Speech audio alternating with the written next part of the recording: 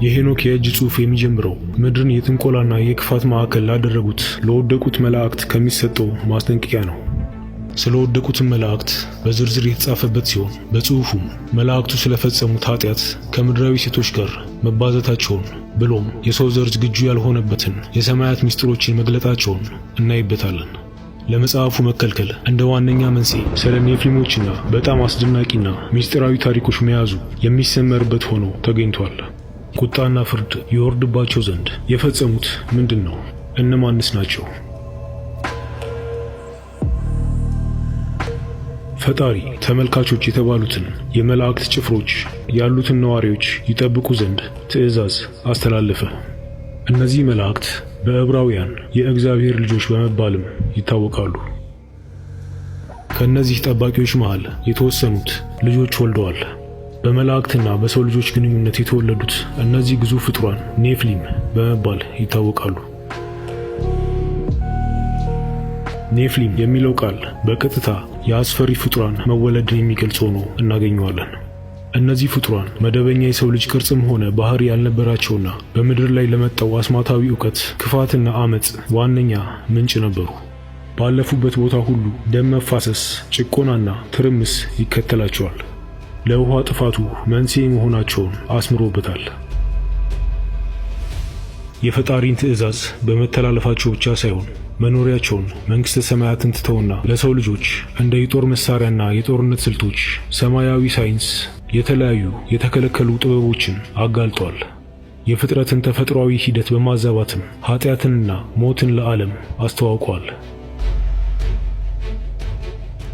ፈጣሪም በድርጊታቸው በማዘን በጨለማው በጥልቁ ቦታ ያስሯቸው ዘንድ የቅርብ ተጠሪዎቹን እንደ ሚካኤል፣ ገብርኤልና ኡራኤል ያሉትን ሊቃነ መላእክት ወደ ምድር ላካቸው።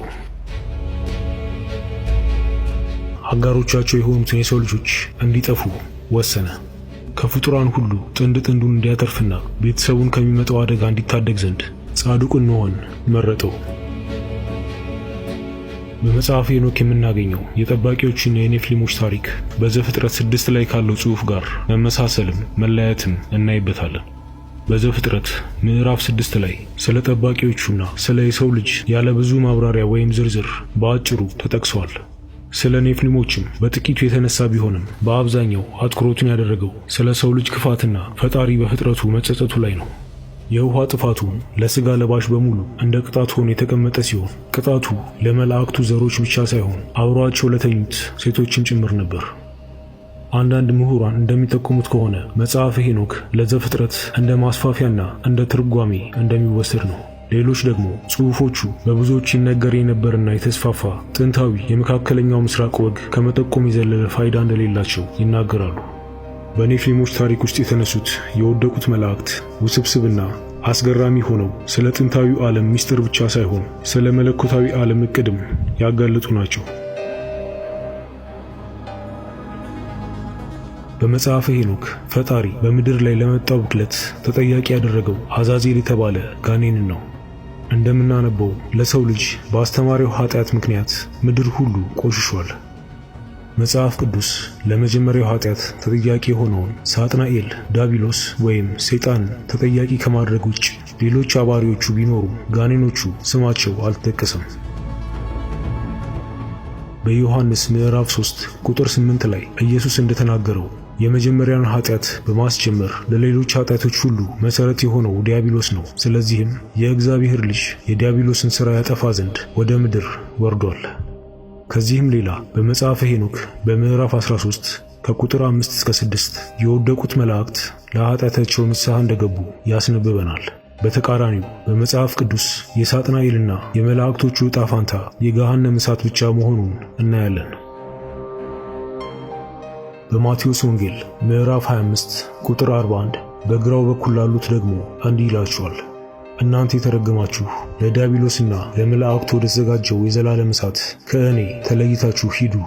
ይህም ዲያብሎስና አባሪ መላእክቶቹ ወደ ገሃነም እሳት መጣላቸውን የሚያሳየን ንስሐ ለመግባት ፈቃደኛ ለመሆናቸውን ነው። ምክንያቱም የተጸጸተና ንስሐ የገባ ሁሉ ከኃጢአት ነፃ መውጣትና ከሲኦል ጥፋት እንደሚድን ቃል ተገብቶለታል። በጴጥሮስ ሁለተኛው ምዕራፍ 3 ቁጥር 9 እንዲህ ይላል፣ አንዳንድ ሰዎች የዘገየ እንደሚመስላቸው ጌታ የተስፋ ቃሉን ለመፈጸም አይዘገይም። ነገር ግን ማንም እንዳይጠፋ ፈልጎ ሁሉ ለንስሐ እንዲበቃ ስለ እናንተ ይተጋል። እንደ መጽሐፉ ጋኔኖች ቢጸጽቱም ከአመፃቸው በኋላ ከእግዚአብሔር ጋር መነጋገር፣ ግንኙነት መፍጠርም ሆነ ዓይኖቻቸውን ወደ ሰማይ አንስተው ገነትን መመልከት አልተቻላቸውም። ሆኖም በኢዮብ ምዕራፍ 1 ላይ ሳጥናኤል ከገነት ገብቶ ከእግዚአብሔር ጋር ሲነጋገር እናያለን።